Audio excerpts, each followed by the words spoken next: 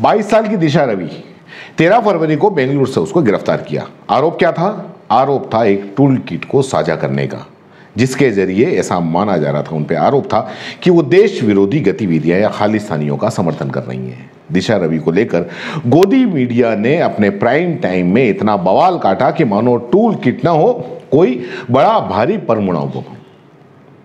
Court से पहले इस गोदी मीडिया ने अपने चैनलों के माध्यम से, अपने जो प्राइम टाइम चलाते हैं उसके माध्यम से इन्होंने फैसला दे दिया। लेकिन मंगलवार को पटियाला कोर्ट ने जो फैसला दिया और जमानत दी, और जमानत के साथ में जो टिप्पणी की वो इन महान एंकर और एंकराओं को सुननी चाहिए, और वो सुन के पढ़ के अगर शर्म आए तो अपने मुंह पर कालिक पोत लेनी चाहिए। लेकिन ये लोग ऐसा करेंगे नहीं, क्योंकि ये अपने प्रोपेगेंडा और अपने एजेंडे में इतने अंधे हो गए हैं कि इन्हें अब कुछ और नहीं दिखता। दिशा रवि की मंगलवार 23 फरवरी को जमानत हो गई। कोर्ट ने साफ कहा कि लोगों को सिर्फ इसलिए जेल में नहीं डाल सकते कि वे सरकार की नीतियों से असहमत हैं। टूल किट क्या है? वैसे तो काफी आप लोगों ने पढ़ा और सुना होगा, लेकिन उसको अगर सीधी भाषा में, अगर साधारण भाषा में अगर मैं आपको समझाने जाऊं या कहूं तो ये टूल किट उस पोस्टर या उस पैम्पलेट का आधुनिक संस्करण है जो कभी हम किसी आंदोलन के लिए, जब ये सोशल मीडिया वगैरह नहीं हुआ करता था, तो आंदोलन के लिए या उस आंदोलन के समर्थन के लिए दीवारों पर पोस्टर चिपके हुए देखते थे। टेम्पो में बैठकर जो माइक में लेकर जो ऐलान किया जाता था और जनता में जो पैम्पलेट बांटे जाते थे, और आंदोलन का समर्थन करने के लिए, आम जनता का समर्थन हासिल करने के लिए जो ये पोस्टर और पैम्पलेट का ये जो होता था, बस ये टूल किट उसी पोस्टर और पैम्पलेट का आधुनिक संस्करण है, या यूं कहूं तो डिजिटल संस्करण है। वो पोस्टर और पैम्पलेट बांटे जाते थे, दीवारों पर चिपकाए जाते थे। ये टूल किट या ये आधुनिक पोस्टर सोशल मीडिया और डिजिटल मीडिया के जरिए लोगों तक पहुंचाया जाता है। लेकिन गोदी मीडिया ने जिस तरह से इस टूल किट को पेश किया, उससे आम जनता के दिमाग के अंदर टूल किट एक भारी भरकम शब्द नहीं, बल्कि मतलब एक भारी भरकम शब्द हो गया। और उसके साथ साथ लगा कि अच्छा, टूल किट लगता है कोई बहुत बड़ी साजिश का हिस्सा है जो इस देश के खिलाफ कही जा रही है। ऐसा ही कुछ है टूल किट, इस तरीके से उसको पेश किया।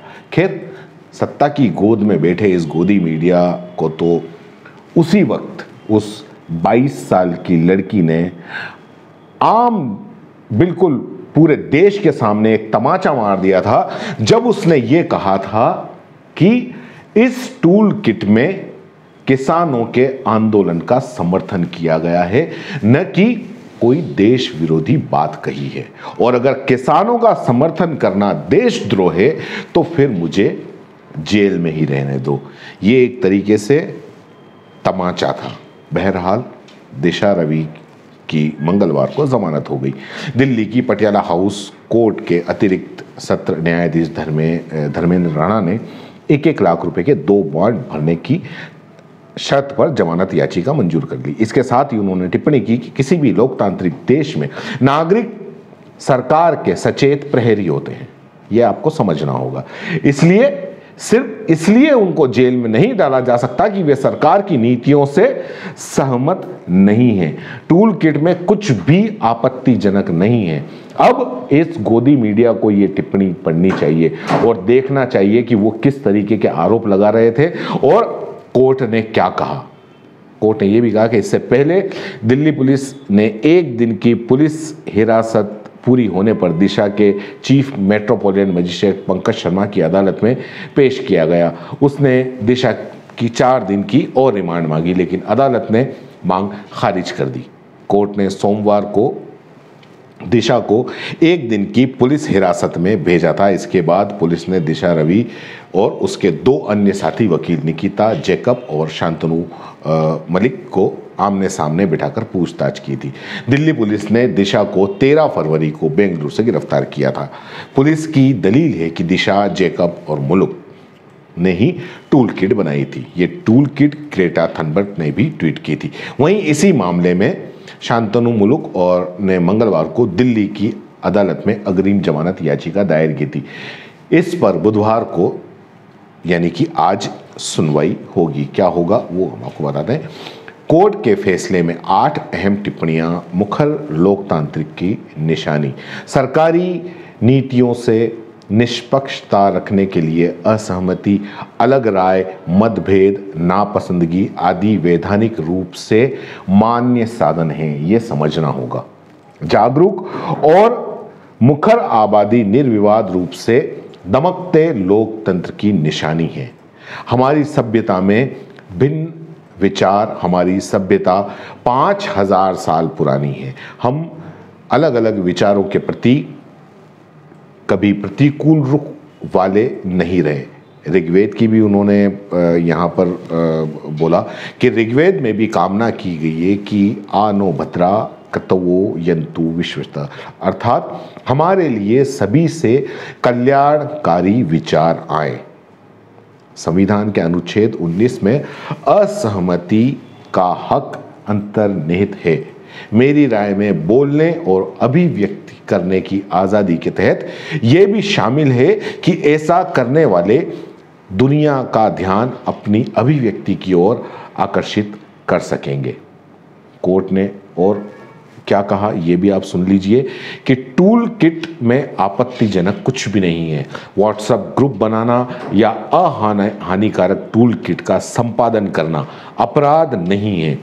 टूल किट में कुछ भी आपत्तिजनक नहीं पाया गया। पहचान छिपाना सिर्फ विवाद से बचने की कोशिश मात्र है, अलगाववाद का समर्थन नहीं।